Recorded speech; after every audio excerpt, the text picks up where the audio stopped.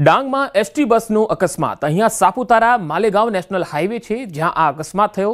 અહીંયા એસટી બસની brake fail થઈ ગઈ હતી અને બસ ચાલકની સમય સૂચકતાને કારણે આખી દુર્ઘટના ટળી ગઈ। સદનસીબે કોઈ જાનહાનિ થઈ નથી। મુસાફરોને નાની મોટી ઈજા થઈ છે। બસમાં કુલ 37 મુસાફરો સવાર હતા। નાસિકથી કડી અમદાવાદ જતી હતી આ બસ અને ઇજાગ્રસ્તોને સારવાર માટે નજીકની હોસ્પિટલમાં ખસેડાયા છે। સાપુતારા પોલીસે ઘટના સ્થળે પહોંચીને તપાસ હાથ ધરી છે। તો ડાંગના સાપુતારાથી આ તસવીરો આવી રહી છે। ડ્રાઈવરની સમય સૂચકતાના કારણે એક મોટી જાનહાનિ ટળી છે કારણ કે અહીંયા એક ખીણ પણ આવેલી છે। જો કે એક ડ્રાઈવરની સમય સૂચકતાના કારણે આ બસ છે એ એક જગ્યાએ રહી અને સ્ટોપ થઈ ગઈ। બસમાં 37 મુસાફરો હતા।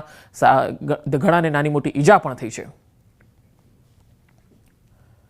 હવે અમદાવાદની તસવીર કંઈક અલગ જ છે। અહીંયા બીઆરટીએસ બસમાં તોડફોડ થઈ ગઈ। શાસ્ત્રીનગર પાસે બીઆરટીએસ બસમાં તોડફોડ થઈ।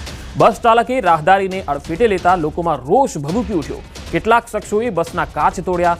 પોલીસે ઘટના સ્થળે પહોંચીને કાર્યવાહી શરૂ કરી દીધી। આ તસવીરો તમે જોઈ શકો છો અમદાવાદના શાસ્ત્રીનગરથી આવી રહી છે જ્યાં બીઆરટીએસ બસમાં તોડફોડ કરી। કેટલાક શખ્સોએ બસના કાચ તોડી નાખ્યા।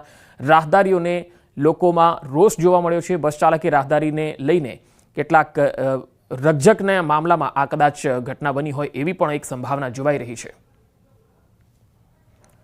તો શાસ્ત્રીનગરથી આ તસવીરો આવી રહી છે। અમદાવાદમાં બીઆરટીએસ બસમાં તોડફોડ થઈ।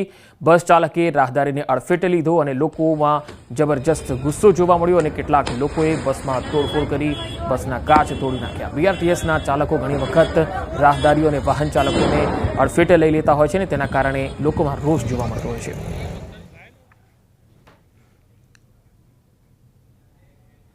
અને હવે વાત હાલો વતનમાં।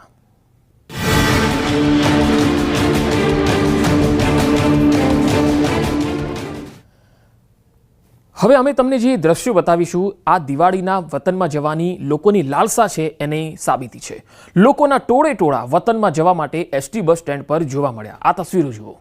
અહીંયા એસટી બસ પર તમે જોઈ શકો છો બસ સ્ટેન્ડ ઉપર કેટલી મોટી સંખ્યામાં લોકો છે। કોઈની પાસે ટિકિટ છે તો કોઈની પાસે ઊભા જવા માટે તૈયારી પણ છે।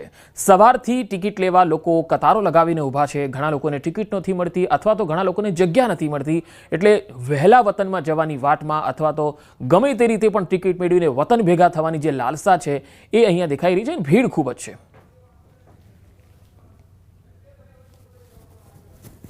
દિવાળીના તહેવારો શરૂ થઈ ગયા છે અને લોકો વતન તરફ જઈ રહ્યા છે। અત્યારે અમે છીએ અમદાવાદના ગીતા મંદિર બસ સ્ટેશન। ત્યાં જોઈ શકો છો કે આજે કાળી ચૌદશ છે અને આ કાળી ચૌદશના દિવસે પણ લોકો હજુ વતન તરફ જઈ રહ્યા છે। દિવાળીનો તહેવાર છે પોતાના પરિવાર સાથે મનાવવા માટે અત્યારે અમદાવાદ જે લોકો નોકરી ધંધા અથવા તો અભ્યાસ કરવા માટે આવ્યા છે તે વિદ્યાર્થીઓ પણ અત્યારે પોતાના વતને પોતાના પરિવાર સાથે દિવાળીનો માહોલ છે તે મનાવવા માટે જઈ રહ્યા છે। ત્યારે તરફ છે તે લોકોની ભીડ છે તે જોવા મળી રહી છે। અત્યારે આપનું પૂરી વ્યવસ્થા છે તે કરવામાં આવી છે। એસટી નિગમ દ્વારા એક્સ્ટ્રા બસોનું સંચાલન કરવામાં આવ્યું છે। સૌથી વધારે બસ સુરતમાંથી દોડાવવામાં આવી છે તો અમદાવાદ રાજકોટ વડોદરા તમામ ડિવિઝનોમાંથી એક્સ્ટ્રા બસોનું સંચાલન કરવા માટેની સૂચનાઓ આપવામાં આવી છે। સાથે જ જે તરફ પ્રવાસીઓનો ધસારો હોય ત્યાં એક્સ્ટ્રા બસોનું સંચાલન કરવા માટેની સૂચનાઓ આપી દેવામાં આવી છે। અને બીજી વાત એ છે કે પ્રવાસીઓ મોટી સંખ્યામાં પ્રવાસીઓએ છે તે પોતાની ઓનલાઈન ટિકિટ બુક કરી લીધી છે કારણ કે છેલ્લી ઘડીએ તેઓને બસ નથી મળતી, સીટ નથી મળતી। ત્યારે સૌથી એક દિવસની 94,000 જેટલી બસ ટિકિટ છે તે બુક થઈ ગઈ છે। તેના કારણે લોકોએ હવે દોડધામ કરવી નથી પડતી કારણ કે જ્યારે તેની બસ આવે છે ત્યારે તેને જવાનું રહે છે। પહેલાં એ સિસ્ટમ હતી કે ભારે ભીડને કારણે લોકો ધક્કામુક્કી કરતા પોતાની સીટ રોકવા માટે રૂમાલ રાખી દેતા હતા। જે વિન્ડો છે તેમાંથી અંદર જવાનો પ્રયાસ કરતા હતા પરંતુ આ સિસ્ટમ છે તે બંધ થઈ ગઈ છે કારણ કે લોકોને હવે ઓનલાઈન ટિકિટ બુક થઈ રહી છે અને સાથે એક્સ્ટ્રા બસોનું સંચાલન છે તે કરવામાં આવી રહ્યું છે। કેમેરામેન